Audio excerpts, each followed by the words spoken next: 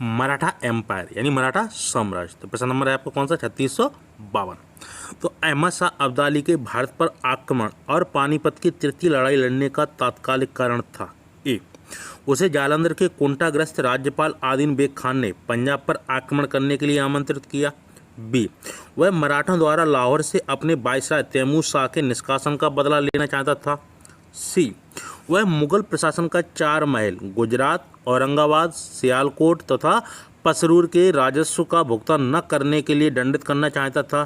D, वह दिल्ली की सीमाओं तक के पंजाब के सभी उपजाऊ मैदानों को हड़प कर अपने राज्य में विलय करना चाहता था।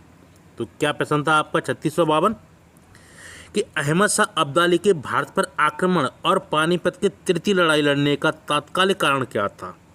तो वह तात्कालिक कारण था आपका ऑप्शन नंबर बी, वह मराठा द्वारा लाहौर से अपने वायसराय तैमूर शाह के निष्कासन का बदला लेना चाहता था। यानी कि जो भारत पर अहमद शाह अब्दाली का आक्रमण होता है कब, पानीपत की तृतीय लड़ाई में, तो उसका तात्कालिक कारण क्या था कि वह मराठों द्वारा लाहौर से अपने वायसराय तैमूर शाह के निष्कासन का बदला लेना चाहता था। और इसका ऑप्शन नंबर कौन सा है, बी। अगला प्रश्न, जिस शासक के शासनकाल में तृतीय पानीपत का तीसरा युद्ध हुआ उसका नाम है बाजीराव द्वितीय, बाजीराव प्रथम, बालाजी बाजीराव, बालाजी विश्वनाथ। तो जिस शासक के शासनकाल में पानीपत का तीसरा युद्ध हुआ उसका नाम क्या था, तो वह थे Balaji Bajirao. Option number C. तो इनके समय अब्दाली का आक्रमण होता है, किसके समय, बालाजी बाजीराव। तो क्या थे, पेशवा थे। तो इनमें इनकी हार होती है मराठाओं की और काफ़ी क्षति उठानी पड़ती है कब, पानीपत के तीसरे युद्ध में। इसमें कहा जाता है कि हर घर से एक योद्धा की वीरगति प्राप्त हुई थी। किस किस किस युद्ध में, पानीपत के तीसरे युद्ध में। अगला प्रश्न 3654, मराठों के उत्कर्ष का निम्न में से कौन सा कारण नहीं है। भौगोलिक सुरक्षा, धार्मिक चेतना, राजनीतिक जागृति, उच्च नेतृत्व शक्ति। तो मराठों के उत्कर्ष का निम्न में से कौन सा कारण नहीं है, तो वह कारण नहीं है आपका राजनीतिक जागृति। Option number C. तो मराठों के उत्कर्ष का निम्न में से कौन सा कारण नहीं है, राजनीतिक जागृति। अगला प्रश्न 1751 में बंगाल के नवाब ने उड़ीसा का अधिकार किसको हस्तांतरित किया। अवध के नवाब, अंग्रेजी ईस्ट इंडिया कंपनी, मराठे या अफगान। तो 1751 में बंगाल के नवाब ने उड़ीसा का अधिकार किसको हस्तांतरित किया था, तो वह कौन थे, वह थी ऑप्शन नंबर सी, मराठे। तो बंगाल के नवाब ने उड़ीसा का अधिकार किसको दिया था, मराठों को। Option number C. अगला प्रश्न, वह कौन सा मराठा सरदार था जिसे अलीवर्दी खान ने उड़ीसा के एक भाग का राजस्व प्रदान किया था। तिरुमकराव धवाड़े, रघुजी भोंसले, राणोजी सिंधिया, मल्हारराव होलकर। तो प्रश्न क्या है, वह कौन सा मराठा सरदार था जिसे अलीवर्दी खान ने उड़ीसा के एक भाग का राजस्व प्रदान किया था, तो वह कौन था, तो वह था आपका Raghuji Bhonsle. Option number B. तो ये राघोजी भोंसले थे, ये काफ़ी वीर मराठा पेशवा थे। ठीक है, इनके समय क्या हुआ था कि मराठाओं को एकत्रित करना, यानी कि जब पानीपत का तृतीय युद्ध होता है तब मराठाओं की बुरी स्थिति आ जाती है और उनका राज्य कैसा हो जाता है, बिल्कुल छिन्न भिन्न सा हो जाता है। लेकिन जब राघोजी भोंसले जब पेशवा बनते हैं तब क्या होता है, तब ये दोबारा प्रयास करते हैं मराठाओं को शक्तिशाली बनाने में। तो वह कौन सा मराठा सरदार था जिसे अलीवर्दी खान ने उड़ीसा के एक भाग का राजस्व प्रदान किया था, वह कौन था, राघोजी भोंसले।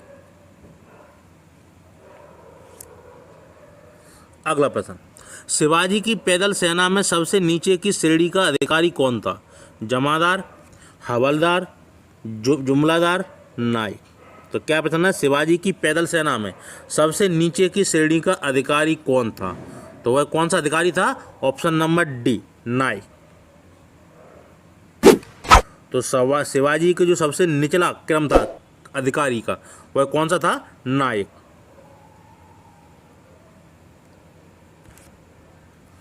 अगला प्रश्न, निम्नलिखित में से कौन मराठा पैदल सेना के सबसे निचले दर्जे का था। हवलदार, नायक, जुमलादार, हजारी। तो निम्नलिखित में से कौन सा मराठा पैदल सेना के सबसे निचले दर्जे का था, वह कौन था, नायक। Option number B.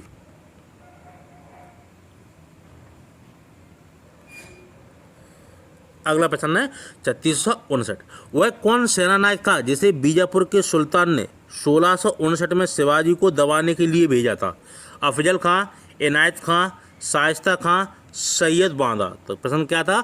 वह कौन सेनानायक था, यानी वह कौन सा सेनानायक था जिससे बीजापुर के सुल्तान ने 1659 ईस्वी में शिवाजी को दबाने के लिए भेजा था? तो वह कौन था?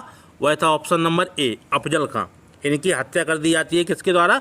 शिवाजी के द्वारा, क्योंकि ये बुलाता है ये शिवाजी को मारने के लिए, भोजन का निमंत्रण भेजता है शिवाजी के पास, और शिवाजी जब जाते हैं तो अपनी सुरक्षा को मजबूत करते हुए जाते हैं। ठीक है, तो जब इनको गले में दबाता है किसको? शिवाजी को। कौन? अफजल खां। तो फिर ये क्या करती है? आपके बग खाने से इसकी हत्या कर देती है अफजल खां की, यानी हाथों के इनके बाहर निकाल देती है किसकी? अफजल खां की। तो वह कौन सेनानायक था? अफजल खां था। अगला प्रश्न, अफजल खां का मूल नाम क्या था? शमसुद्दीन, अब्दुल्ला भतारी, साबर, मोहम्मद खां। तो अफजल खां का मूल नाम क्या था? वह था अब्दुल्ला भतारी, ऑप्शन नंबर बी। तो अफजल खां की मृत्यु किसके द्वारा होती है? शिवाजी के द्वारा। अफजल खां का मूल नाम क्या था? अब्दुल्ला भतारी। अगला प्रश्न, किसने कहा कि हमें जर्जर वृक्ष के तने पर प्रहार करना चाहिए? शाखाएं तो स्वतः ही गिर जाएंगी, इसलिए मराठा ध्वज कृष्णा से सिंधु तक का लहराना चाहिए। बालाजी विश्वनाथ, शिवाजी, बालाजी बाजीराव, बाजीराव प्रथम। प्रश्न क्या था कि किसने कहा कि हमें जर्जर वृक्ष के तने पर प्रहार करना चाहिए? शाखाएं तो स्वतः गिर जाएंगी, इसलिए मराठा ध्वज कृष्णा से सिंधु तक लहराना चाहिए। यह किसने कहा था? यह कहा था बाजीराव प्रथम ने। इन्होंने क्या कहा था कि जो केसरिया ध्वज है वो अटक से कटक तक फहराना चाहिए। ठीक है, तो जो कृष्णा नदी से सिंधु तक है इसका मतलब है अटक से कटक तक। तो ये किसने कहा था? बाजीराव प्रथम ने। ये काफ़ी वीर पेशवा थे। कौन? बाजीराव प्रथम। अगला प्रश्न, किसने कहा था कि हमें जर्जर वृक्ष के तने पर आक्रमण करना चाहिए? शाखाएं तो स्वयं ही गिर जाएंगी। बाजीराव प्रथम पेशवा ने मुगल साम्राज्य के लिए कहा था, शिवाजी ने मुगल साम्राज्य के लिए कहा, औरंगजेब ने दक्षिण के राज्यों के लिए कहा, क्लाइव ने बंगाल के नवाब के लिए। तो प्रश्न क्या था? किसने कहा था कि हमें इस जर्जर वृक्ष के तने पर आक्रमण करना चाहिए? शाखाएं तो स्वयं ही गिर जाएंगी। तो ये किसने कहा था? ये कहा था बाजीराव प्रथम ने। किसके विरुद्ध? मुगल साम्राज्य के विरुद्ध, यानी कहा था कि हम मुगल साम्राज्य पर आक्रमण करना चाहिए। तो बाजीराव प्रथम पेशवा थे। अगला प्रश्न 3663, मराठों के उदय के लिए निम्नलिखित कारकों में से कौन सा एक कारक उत्तरदायी नहीं था? महाराष्ट्र के लोगों में व्याप्त सामाजिक चेतना, महाराष्ट्र की सामाजिक धार्मिक विशेषताएं, महाराष्ट्र से मुगल दरबार एवं सत्ता के केंद्र दिल्ली की दूरी, कुतुबशाही शासकों द्वारा मराठा सरदारों को प्रदत्त प्रश्रय। तो प्रश्न क्या था? मराठों के उदय के लिए निम्नलिखित कारकों में से कौन सा एक कारक उत्तरदायी नहीं था? तो वह कौन सा कारक उत्तरदायी नहीं था?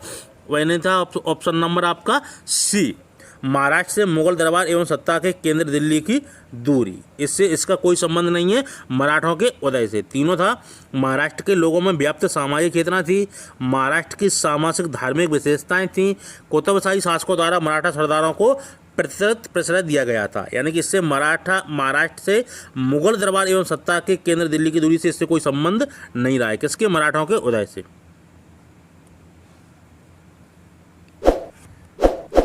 अगला प्रश्न, शिवाजी ने मुगलों को किस युद्ध में हराया था? रायगढ़ में, पुरंदर में, सलाहार में, शिवनेर में। तो शिवाजी ने जो मुगलों को हराया था वह किस युद्ध में हराया था? वह हराया था सलाहार में, ऑप्शन नंबर सी।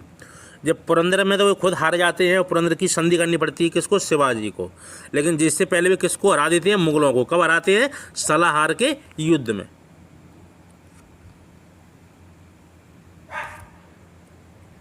अगला प्रश्न, किसके समय में मराठा राजा नाचीज हो गया और पेशवा वास्तविक शासक? बाजीराव प्रथम, बालाजी विश्वनाथ, बालाजी राव, माधवराव प्रथम। प्रश्न क्या है? किसके समय में मराठा राजा नाचीज यानी कमजोर हो गया और पेशवा शक्तिशाली यानी कि वास्तविक सरदार बन गया? वह किसके समय हुआ था? तो वह हुआ था आपका option number C, Balaji Rao. तो ये पेशवा थे शक्तिशाली, किसके समय में? साहू के समय में। तो जब साहू का शासन आता है तो वो क्या है, वो कमज़ोर शासक होता है और वो अपना शासन किसको सौंपता है? अधिकतर पेशवा को। तो उसके समय में पेशवा कौन था? बालाजी राव। एक काफ़ी शक्तिशाली पेशवा था, तो उसने इसी में उचित समझा था कि हम बालाजी राव को ही पेशवा की महत्वपूर्ण उत्तरदायित्व सौंपें, इसलिए उन्हीं के अनुरूप ये चलता रहा। कौन? साहू।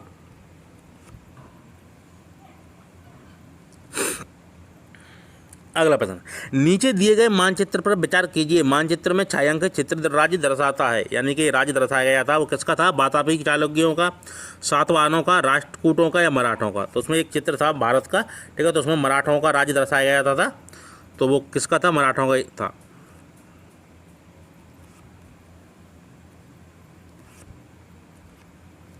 अगला प्रश्न, मोडी लिपि का प्रयोग किनके अभिलेखों में किया जाता था?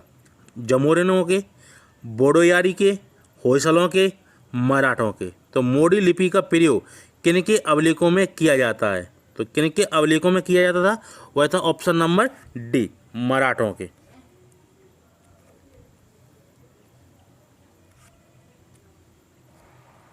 अगला प्रश्न 3668, यह राजा उदारता से अपने गुप्तचरों को भुगतान करता है, जिस कारण उनके द्वारा प्रदत्त सही सूचना से उसकी विजय में बड़ी मदद मिली। शिवाजी के बारे में यह विवरण किसने दिया था?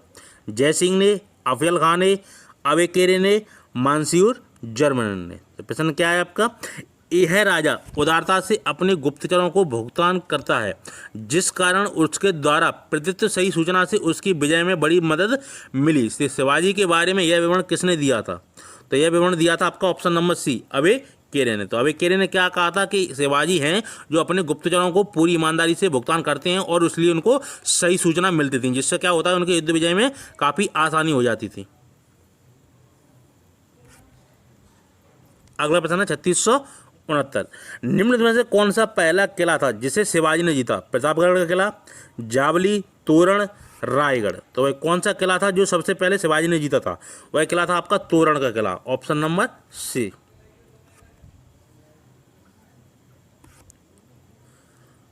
अगला प्रश्न आपका 3670, निम्न में से किस किले में राजाराम मुगलों के घेरे में 8 वर्षों तक रहा? सतारा, कोल्हापुर, जिंजी या पुरंदर? वह कौन सा किला था जिसमें मुगलों ने घेर रखा था? किसको? राजाराम को। कितने सालों तक? 8 सालों तक। तो वह कौन सा किला था? वह था आपका जिंजी का किला, ऑप्शन नंबर सी। अगला प्रश्न, पागा क्या था? गुरिल्ला युद्ध तकनीक थी, सैन्य अभियान था, मराठा किसी के आसपास का क्षेत्र था या नियमित सेना थी? तो पागा किसको बोला जाता था? तो पागा बोला जाता था ऑप्शन नंबर डी, नियमित सेना को। तो मराठों के समय नियमित सेना को क्या कहा जाता था? पागा।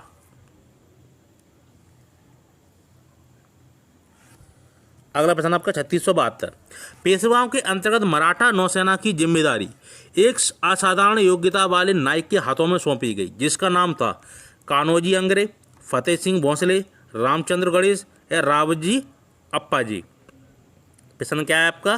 पेशवाओं के अंतर्गत मराठा नौसेना की जिम्मेदारी एक असाधारण योग्यता वाले नायक के हाथों में सौंपी गई, जिसका नाम था, उसका नाम क्या था? कान्होजी अंग्रे, ऑप्शन नंबर ए।